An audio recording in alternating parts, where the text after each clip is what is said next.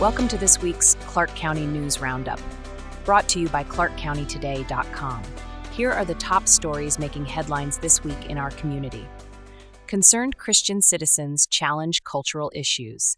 The concerned Christian citizens of Clark County gathered this week with a powerful message of engagement. Hosted by Dennis Fuqua, the Luncheon at the Water Resources Education Center in Vancouver saw guest speaker Joseph Backholm urging church leaders to confront societal challenges boldly with the gospel. Backholm emphasized the importance of this work, likening it to essential home maintenance.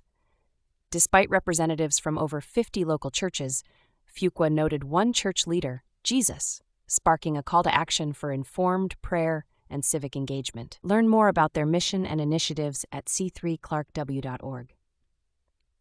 Union High School athlete triumphs over adversity. Mitch Ratigan, a senior at Union High School, returned to the baseball field in a remarkable comeback after overcoming a major knee injury. Ratigan tore his ACL during football season, but defied expectations by returning to sports sooner than anticipated, thanks to innovative surgery and determined rehabilitation. Advised by one surgeon that his high school sports career was over, Ratigan sought a second opinion from Dr. John O'Shea, who performed a groundbreaking surgery allowing for a faster recovery. 5 months post-surgery, Ratigan stepped back onto the diamond, delivering a crucial strikeout in his comeback game against the Skyview Storm. His return not only inspired his teammates, but showcased his resilience and unwavering determination in the face of adversity. Clark County deputies involved in fatal shooting. The Clark County Sheriff's Office, CCSO, deputies were involved in a fatal shooting incident following a carjacking earlier in the day. The events began with a carjacking in Hazel Dell involving a male and female suspect who stole a van at gunpoint. Later, near Goodwill in Salmon Creek, the same suspects attempted another carjacking, leading to an officer-involved shooting at the American Legion. Sadly, the male suspect lost his life during the incident. The investigation, now under the Southwest Washington Independent Investigation Team, SWIIRT, is ongoing, with additional details expected in due course. Stay updated on this developing story at ClarkCountyToday.com. Renewed optimism with initiatives to the people.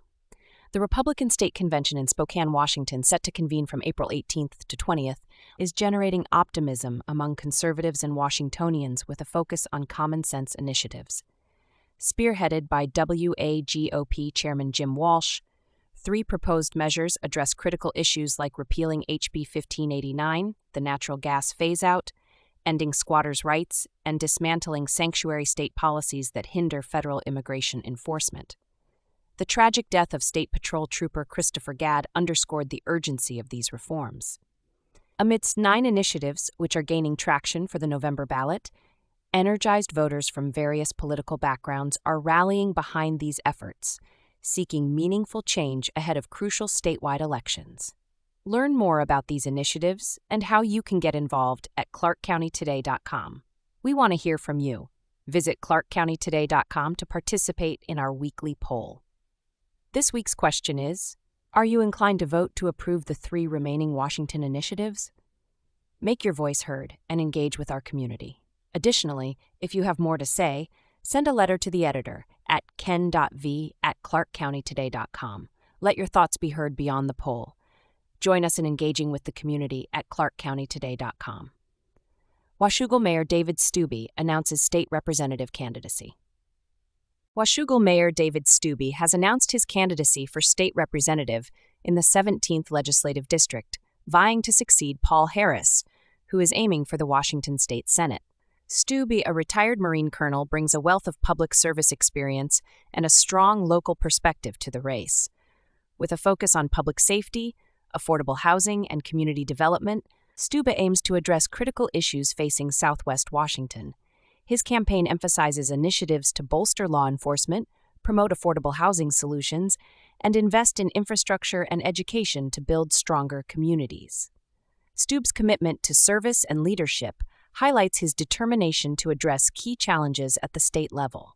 For more details, interested parties can contact the campaign at 503-504-3099.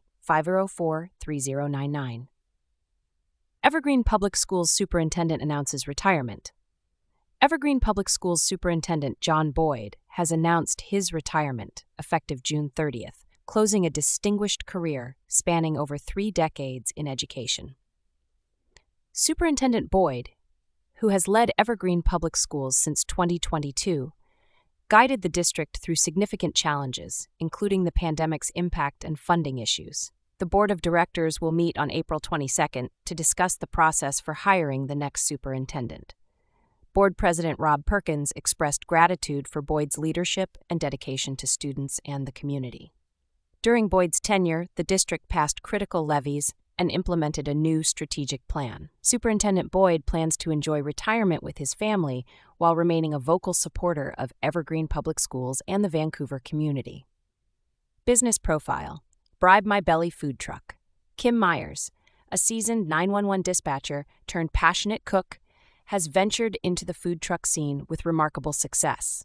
Operating Bribe My Belly, Myers and her team served an impressive 292 meals to 158 customers at a recent high school track meet in Battleground. Despite the chaos and wait times, Myers prioritizes quality, ensuring each patron enjoys top-notch cuisine. Inspired by her lifelong dream of cooking, Myers pursued culinary studies while juggling her dispatch duties.